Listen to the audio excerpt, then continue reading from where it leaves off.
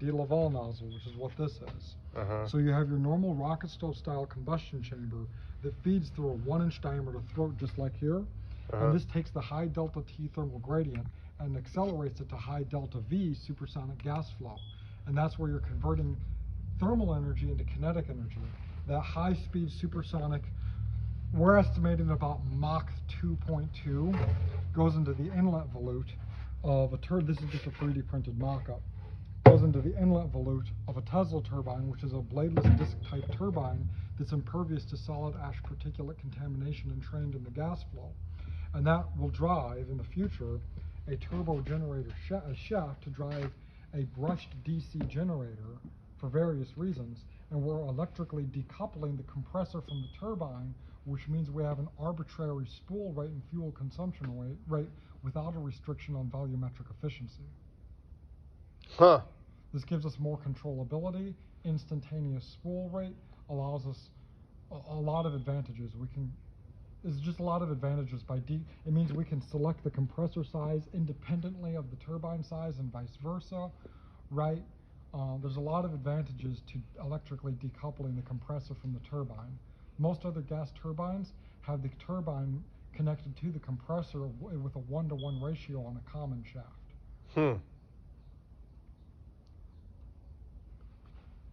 Have you ran it at all? Yeah, not with the turbine, but with the compressor. Smaller compressors. This compressor, so this is going to sound silly, but this is actually a brushless DC motor that's typically used in small drones and large RC vehicles.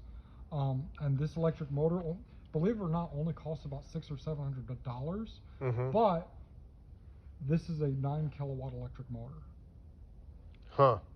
You wouldn't think it, but it is, because it spools up to 55,000 RPMs, which is good because this turbine produces peak efficiency at 52,000 RPMs. So this means that we can drive the compressor 1-to-1 without having to go through any belts or gearing or any of that craziness.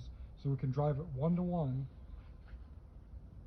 which increases reliability, efficiency, the whole 9 yards. So this is actually the cheapest way to get the high RPMs that we need for the centrifugal compressor.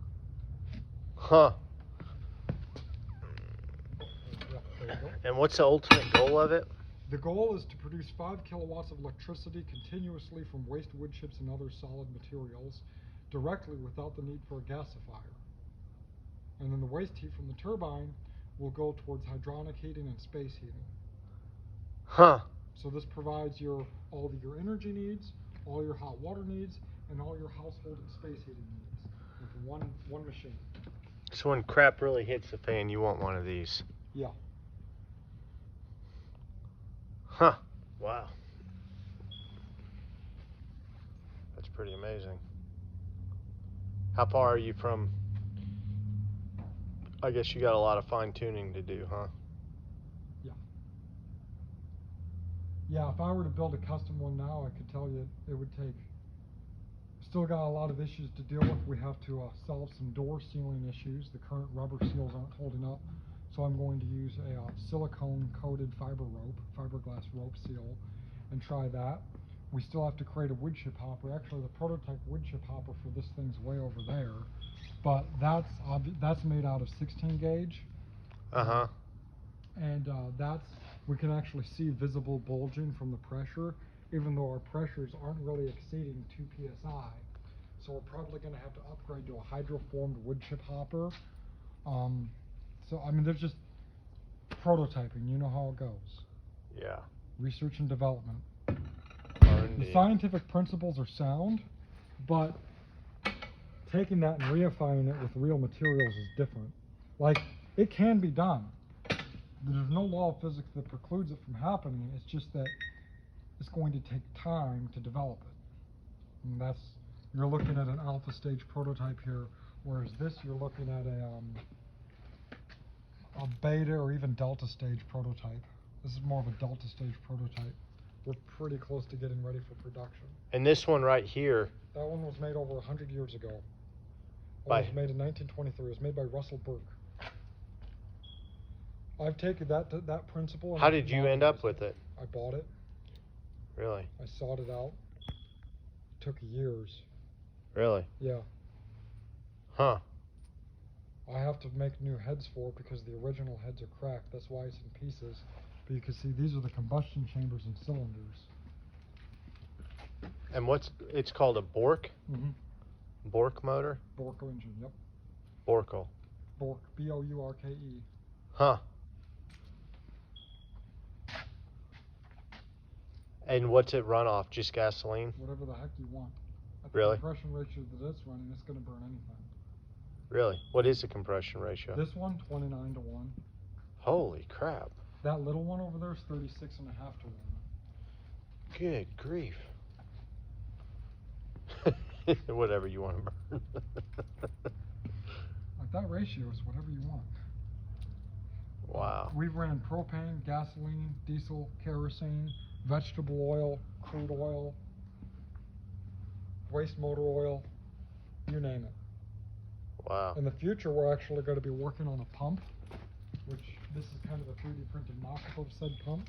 But what this will be a double helical Klim type molecular drag pump that exploits the Holweg effect that endonically changes into a Griggs type hydrosonic cavitator. So what this will do is this draws in any the combustible liquid from your tank, pressurizes it to 1500 psig, heats it to 1000 degrees Fahrenheit, and that forces a phase change of the fluid into what's called a supercritical fluid. And a supercritical fluid is a liquid that has obtained the free electron exchangement properties of a plasma. So now we can facilitate catalytic reactions. We can even facilitate reagent reactions, including endonic reagent reactions, to break the fuel down into monatomic free hydrogen radicals, carbon monoxide, and methane. So whatever fuel you put in the tank won't matter because the engine will only ever see monatomic hydrogen radicals. I have no clue what that means. It means that we're going to get efficiencies on the orders of hundreds of miles to the gallon. Really? Yes. Until the oil companies send someone to kill you? I have a plan for that. Do you? I do. Once I get You this better. big boy running, you know what I could do with, you know how much power this puts out? Huh. A megawatt.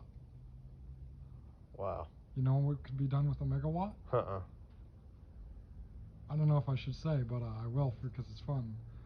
You could take a megawatt of power, run it through a cavity magnetron, and then attenuate it through a multi-cavity klystron, pump it through a gimbaled waveguide, and then collimate it in a parabolic reflector, right? A parabolic antenna, a dish, and now you have a highly coherent pencil beam maser.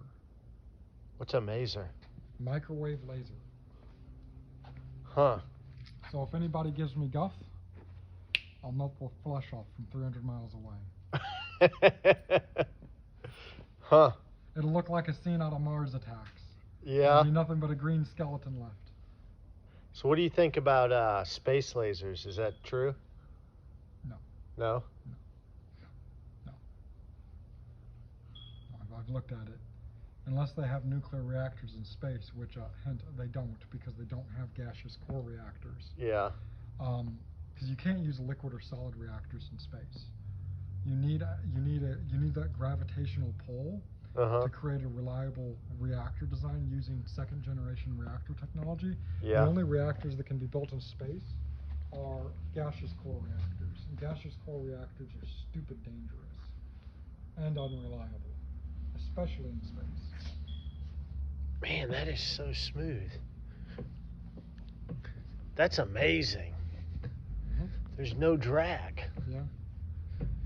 Like you couldn't do that with a V8 motor. No. I mean, you could like start that motor with like a pull rope. Well, except for the compression. Yeah, I was about to say, once you put the cylinders on, you go, oh! Huh. Wow.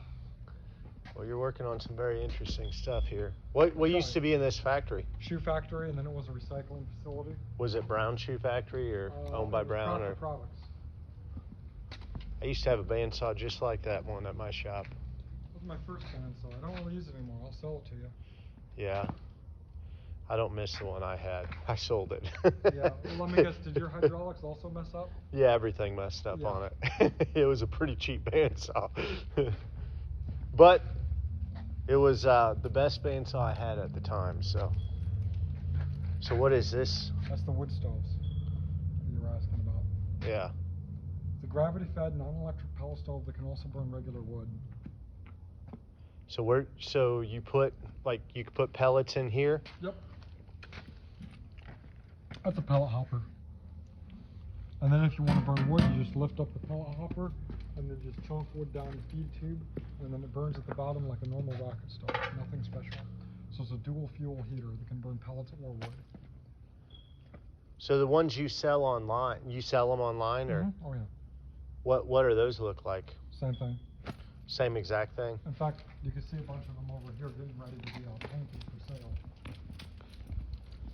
Oh, you got a Series 2 Bridgeport. Those are pretty rare.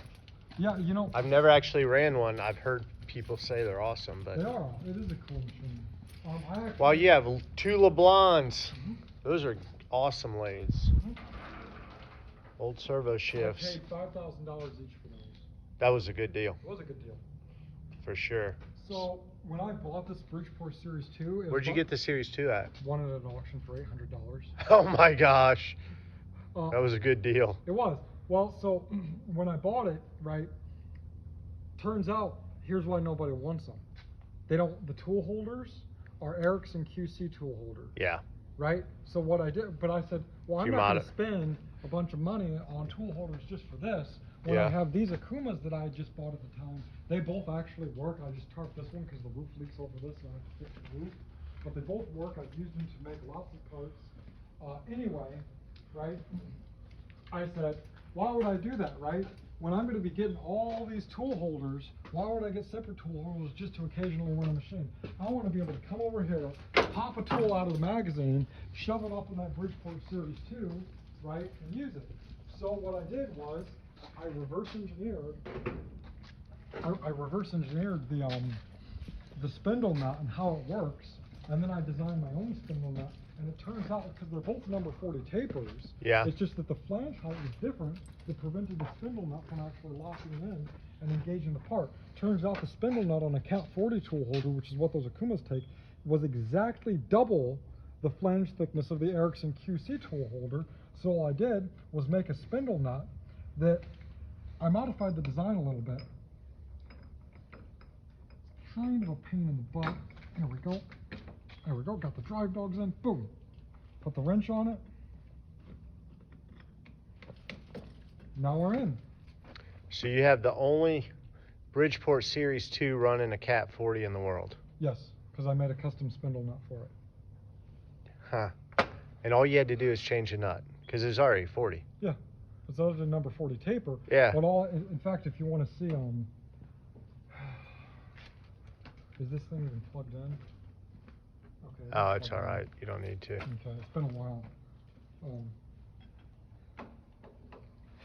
But yeah, no, I actually used it to make a part several months ago. And here, there we go. If you want, I can actually show you how I made the nut, how it works, if you want. Sure.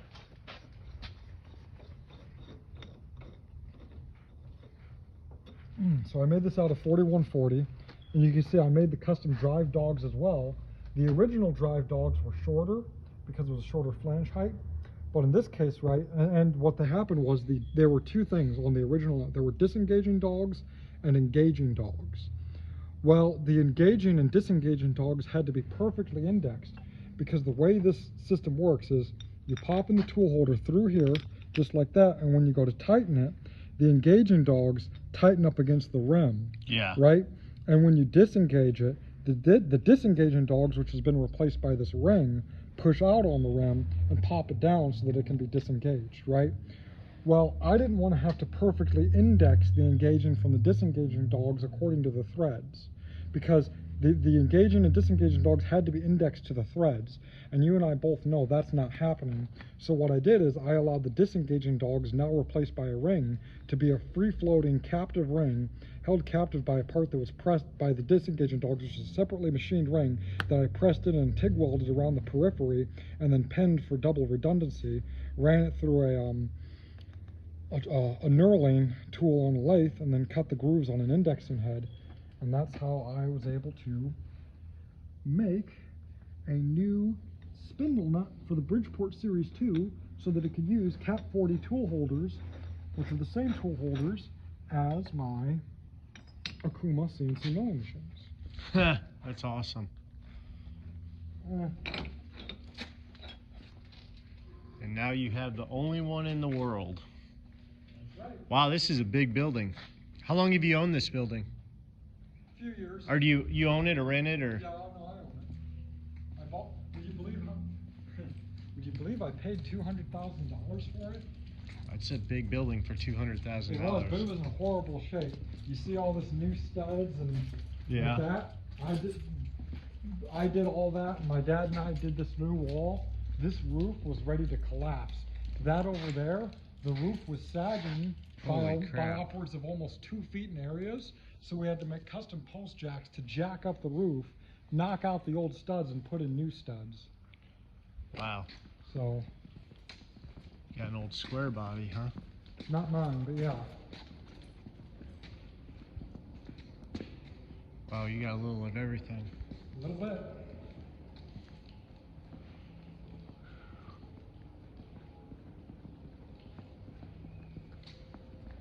So, old tool grinder. How much do you want to pay for it? It's for sale. I don't need a cylinder. Cylindrical grinder, yeah. Yeah, I mainly just mess with CNC stuff. You do all the fabrication in house? Yeah. Mm-hmm. Sweet.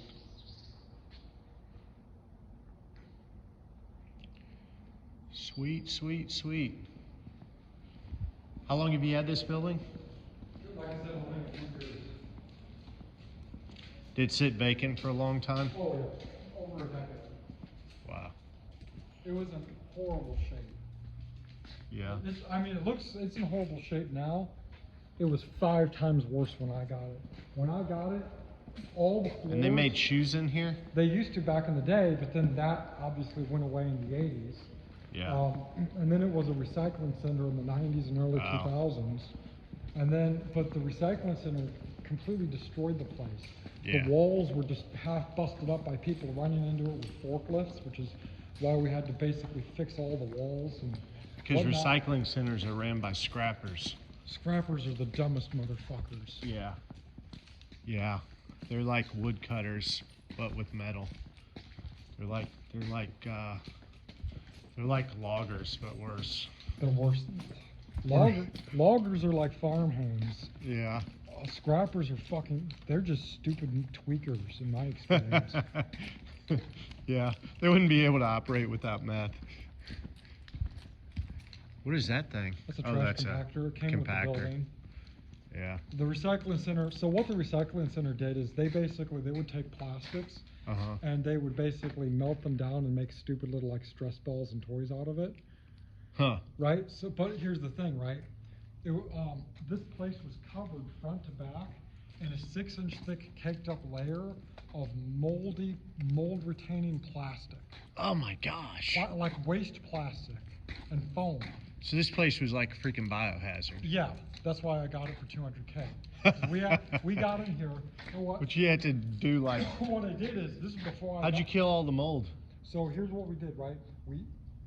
At the time this was our only forklift, and I made a blade attachment, which I've since cut apart to use for other things.